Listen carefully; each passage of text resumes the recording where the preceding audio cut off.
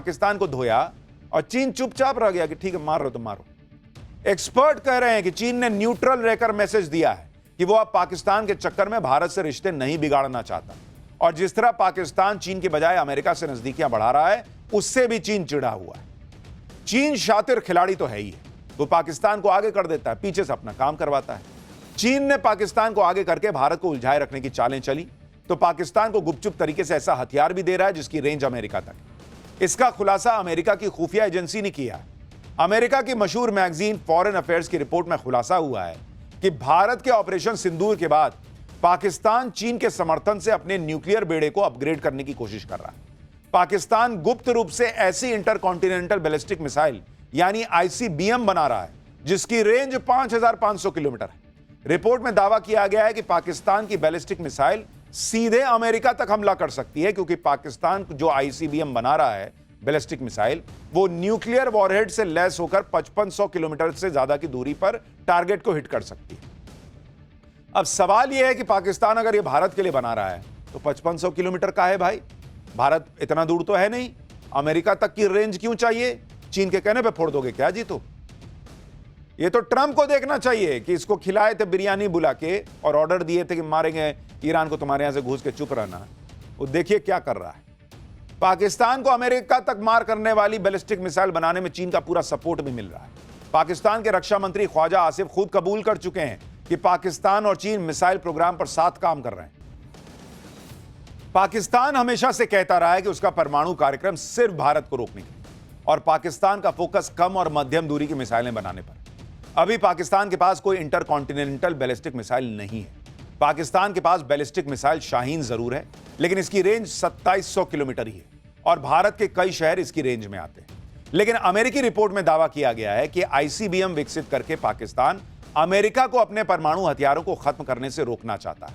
पाकिस्तान चाहता है कि अगर भारत और पाकिस्तान के बीच फिर से लड़ाई होती है तो अमेरिका भारत की तरफ से हस्तक्षेप न करे, और इसलिए भाई तूफानी काम करने पर आए। लेकिन पाकिस्तान यह सब करके अपनी ही कब्र खोदने में जुटा है, क्योंकि अमेरिकी खुफिया एजेंसी के मुताबिक अगर पाकिस्तान ऐसी मिसाइल हासिल करता है तो अमेरिका उसे अपने लिए न्यूक्लियर थ्रेट घोषित कर देगा। परमाणु हथियार रखने वाला कोई भी देश जिससे अमेरिका को खतरा महसूस होता है उसे America nuclear threat country declare कर देता है। फिलहाल रूस, चीन और नॉर्थ कोरिया को अमेरिका ने अपना न्यूक्लियर थ्रेट देशों में की लिस्ट में डाला हुआ है। नॉर्थ कोरिया तो अक्सर अमेरिका को परमाणु हमले की धमकी देता ही रहता है। अब सवाल यह है कि इस लिस्ट में क्या अगला नंबर पाकिस्तान का जुड़ने वाला है? यानी आप पाकिस्तान की कूटनीति को देखें तो दूर से तो यही लगेगा कि अमेरिका और चीन अभी उसके साथ हैं, लेकिन ये रिश्ते जरूरतों पर टिके। जब तक पाकिस्तान इनकी जरूरत है तब तक उसको दाना डालेंगे, फेंकेंगे, वो आएगा खाने। लेकिन पाकिस्तान जरा भी इधर उधर करने की कोशिश करेगा तो यही अमेरिका और चीन दोनों मिलकर उसकी क्लास लगा देंगे। लेकिन इधर भारत, चीन और पाकिस्तान दोनों की क्लास लगा रहा है। भारत में क्या चल रहा है? अलग लेवल की पॉलिटिक्स है भाई। पाठशाला में अब इसका चैप्टर देखिए। राहुल के बाद अब ममता चुनाव आयोग पर फायर हो गई। बंगाल में इस बार खेला होना तय हो गया है क्या? मोदी की लगातार जीत से ममता घबराई, एनआरसी वाला कार्ड निकालकर कहां से लाई, अब इसका चैप्टर खोल रहा हूं। बंगाल में अगले साल विधानसभा चुनाव है और जिस तरह से पीएम मोदी लगातार चुनाव जीत रहे हैं उससे ममता बनर्जी को अपना गढ़ खतरे में दिख रहा है, और शायद इसी वजह से आज वो अचानक से एनआरसी चिल्लाने लगी। ममता बनर्जी ने एनआरसी का कार्ड खेलने के लिए चुनाव आयोग को निशाने पर ले लिया। ममता बनर्जी ने आरोप लगाया कि चुनाव आयोग बैकडोर से एनआरसी लागू करने की कोशिश कर रहा है। चुनाव आयोग एनआरसी लागू कर रहा है। अब कहां चुनाव आयोग, कहां एनआरसी? मतलब ममता बनर्जी के हिसाब से वो कह रही हैं कि जो ड्राइवर है वो किचन में खाना बनाने जा रहा है। अरे भाई, ड्राइवर का काम गाड़ी चलाना है, कुक का काम खाना बनाना है। चुनाव आयोग कहां से एनआरसी लागू कर देगा जी? चुनाव आयोग के पास तो एनआरसी लागू करने की अथॉरिटी भी नहीं है। चुनाव आयोग का काम अलग है और एनआरसी की बात तो कहीं दूर दूर तक उसमें सटती भी नहीं है। लेकिन ममता बनर्जी ने चुनाव आयोग और एनआरसी का कनेक्शन जोड़ दिया। पहले ममता बनर्जी को सुन लीजिए, फिर बताऊंगा कि एनआरसी की कहानी कहां से आई है। Is it NRC? Is it they are doing or working to establish the NRC? What is their intention? Please let us clarify. The intention, the deliberation, and whatever the impression we are having. एक क्या हो रहा है देश में? ममता बनर्जी अचानक चुनाव आयोग और एनआरसी का कनेक्शन क्यों निकालने लगी, इसे भी समझिए। असल में चुनाव आयोग बिहार में चुनाव की तैयारी कर रहा है। चुनाव आयोग बिहार में वोटर लिस्ट को रिव्यू करने की ड्राइव चलाने वाला है। बिहार में वोटर लिस्ट में कोई गड़बड़ी ना हो, कोई फर्जी वोटर ना हो, यह सब पक्का करने के लिए चुनाव आयोग डोर टू डोर रिव्यू करेगा। लेकिन ममता बनर्जी को चुनाव आयोग के इस काम में एनआरसी की साजिश दिखने लगी।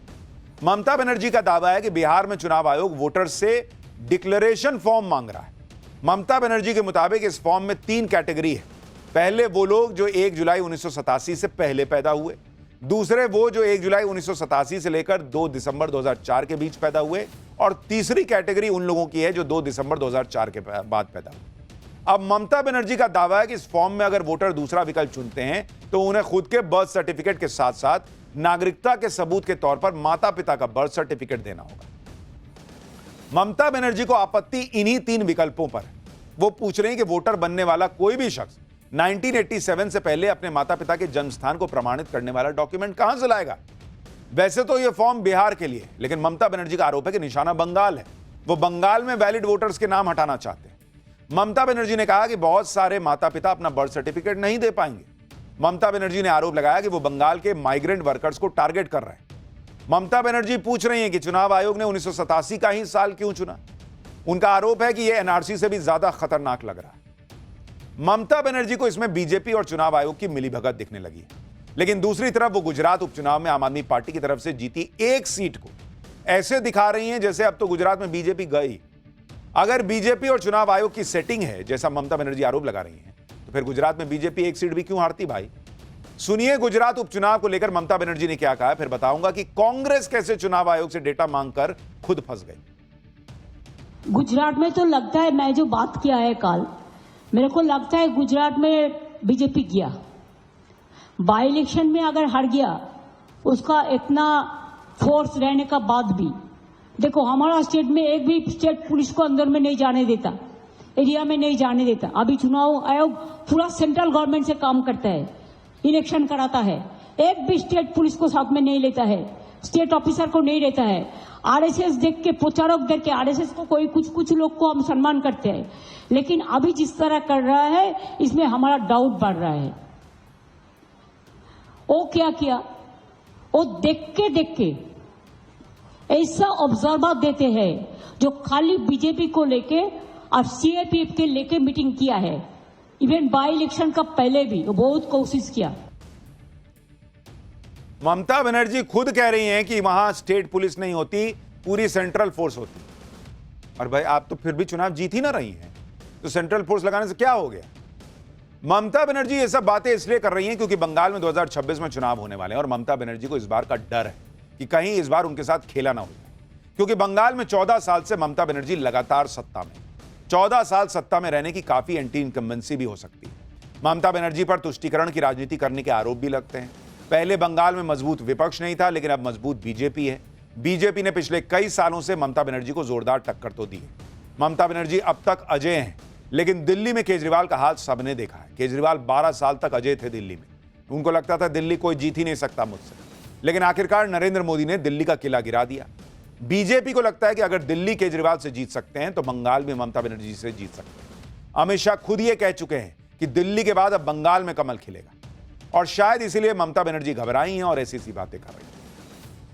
ममता बनर्जी शायद इसी डर से चुनाव आयोग पर फायर है कि कहीं बंगाल में इस बार उनके साथ खेला ना हो जाए, तो पहले से कुछ बेस बनाओ। इंडी गठबंधन के लिए सबसे आसान निशाना चुनाव आयोग ही है। ये लोग जीतते हैं तो बोलती बंद हो जाती है, हारते हैं तो चुनाव आयोग पे, ईवीएम पे ठीकरा फोड़ते हैं। इंडी गठबंधन में कांग्रेस यही काम बहुत पहले से कर रही है। पिछले साल महाराष्ट्र चुनाव को लेकर कांग्रेस अब तक चुनाव आयोग से भिड़ी हुई है, लेकिन चुनाव आयोग को घेरने के चक्कर में खुद कांग्रेस फंस गई। दरअसल महाराष्ट्र चुनाव को लेकर कांग्रेस ने चुनाव आयोग से वोटर लिस्ट मांगी थी। उनका आरोप था कि महाराष्ट्र लोकसभा और विधानसभा चुनाव में वोटर लिस्ट में बड़ा गैप था। कांग्रेस का कहना था कि महाराष्ट्र विधानसभा चुनाव में अचानक से वोटर्स की संख्या बढ़ गई। कांग्रेस की इस डिमांड को मानते हुए आयोग ने 2009 से 2024 तक की वोटर लिस्ट शेयर करने की इजाजत दे दी। लेकिन अब कांग्रेस कह रही है कि हमें मशीन रीडेबल डिजिटल कॉपी चाहिए, लेकिन कांग्रेस की इस मांग को चुनाव आयोग ने नकार दिया। चुनाव आयोग के सूत्रों के मुताबिक कांग्रेस की यह डिमांड मौजूदा कानूनी नियमों के दायरे में नहीं है, और ऐसी ही डिमांड को साल 2018-19 में सुप्रीम कोर्ट खारिज कर चुकी है। साल 2018-19 में कांग्रेस के पूर्व मुख्यमंत्री कमलनाथ ऐसी ही डिमांड लेकर सुप्रीम कोर्ट गए थे कि हमको डेटा दिला दीजिए चुनाव आयोग से। 2019 में सुप्रीम कोर्ट ने साफ साफ कह दिया था कि चुनाव मैनुअल में वोटर लिस्ट का आंकड़ा सार्वजनिक करने के लिए इमेज पीडीएफ फॉर्मेट की बात की गई है, वहां कहीं भी सर्चेबल पीडीएफ की बात ही नहीं। और इसलिए याचिकाकर्ता यानी कमलनाथ यह क्लेम नहीं कर सकते कि ड्राफ्ट इलेक्टोरल रोल वेबसाइट पर या सर्चेबल मोड में होना चाहिए। और इतना ही नहीं, सुप्रीम कोर्ट ने तो यह भी कह दिया था कि भाई आपको अगर जरूरत है तो यह हो जाता है, कोई बहुत बड़ी बात नहीं है। आपको जो रीडेबल मिला है उसको आप जो है वो आराम से कन्वर्ट कर सकते हो पीडीएफ को।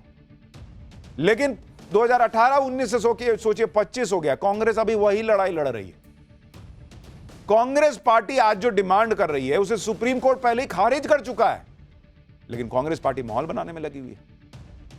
इसी तरह कांग्रेस की चुनाव आयोग से एक और डिमांड, कांग्रेस चाहती है कि इलेक्शन के दिन वोटिंग सेंटर का सीसीटीवी फुटेज दे दिया जाए, लेकिन कांग्रेस को यह समझ नहीं आ रहा कि यह गैर कानूनी होगा। खुद साल 2021 में सुप्रीम कोर्ट ने कहा था कि वोटिंग की सीक्रेसी को बनाए रखना जरूरी है। यहां तक कि representation of the people act 1950-51 में भी यही लिखा है कि वोटिंग की गोपनीयता का उल्लंघन नहीं होना चाहिए। यही बात चुनाव आयोग कह रहा है कि सीसीटीवी फुटेज जारी करने की वजह से वोटर्स की प्राइवेसी का खतरा होगा। लेकिन कांग्रेस पार्टी अपने में सुधार करने की बजाय ये दे दो वो दे दो, क्या ही कोई उनको टीम में रिसर्च करके नहीं देता है कि सर ये सब तो हो चुका, सुप्रीम कोर्ट मना कर चुका है। इतना ही नहीं, इलेक्शन कमीशन खुद राहुल गांधी को पर्सनली मिलने के लिए बुला चुकी है, लेकिन अब कांग्रेस कह रही है कि पहले हम जैसी लिस्ट मांग रहे हैं वो लिस्ट दो तब मिलने आए। बैठे रहिए, हो गया आपका काम। खैर, पाठशाला में अब आपको बताते हैं अगला चैप्टर। कथावाचकों पर हमले का मामला, योगी को घेरने निकले अखिलेश को धर्मगुरुओं ने घेर लिया है क्या? जाति की वजह से चोटी काटी, मारा पीटा, यह कहानी में नया ट्विस्ट है। योगी के खिलाफ साजिश का सच क्या है अब आपको यह बताता हूं।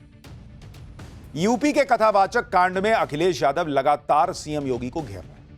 ऐसी राजनीति हो रही है जिसमें पूरा मामला यादव बनाम ब्राह्मण किया जा रहा है। यह नैरेटिव अखिलेश यादव के पीडीए वाले एजेंडे में फिट बैठता है और इसलिए इस मामले में लगातार पेट्रोल छिड़ककर आग लगाई जा रही है। लेकिन मुख्यमंत्री योगी आदित्यनाथ चुपचाप सब देखने वालों में से नहीं है। आज योगी ने पुलिस प्रशासन को अच्छे से टाइट कर दिया और क्लियर कट कह दिया कि यूपी में जातीय दुश्मनी फैलाने की साजिश हो रही है और इस साजिश का तुरंत पर्दाफाश कीजिए। सीएम योगी की नहीं, हिंदू धर्मगुरुओं को भी इस घटना को यूपी में विधानसभा चुनाव से पहले सुलगाने की साजिश दिख रही है, क्योंकि इटावा के कथाकांड को लेकर ब्राह्मण और यादव पक्ष आमने सामने आ गए। जमकर बवाल हो रहा है, जबकि जिन कथावाचकों के साथ बदसलूकी हुई उन पर जाति छुपाने के लिए धोखाधड़ी का केस भी दर्ज हो चुका है और बदसलूकी के आरोपियों को पहले ही जेल भेजा जा चुका है। ऐसे में सवाल उठता है कि क्या वाकई इटावा कांड की आड़ में यूपी को जातीय संघर्ष में झोंकने की साजिश हो रही है? आज पाठशाला में इसकी पूरी डिटेल बताऊंगा। साथ ही यह भी बताऊंगा कि कैसे सीएम योगी ने इस साजिश का पर्दाफाश करने के लिए पुलिस प्रशासन को खुली छूट दे दी है और इटावा कांड पर अखिलेश यादव ने क्यों अमेरिका के राष्ट्रपति ट्रंप को घसीट लिया। लेकिन पहले पूरे घमासान की एक झलक देखिए। इटावा के जिस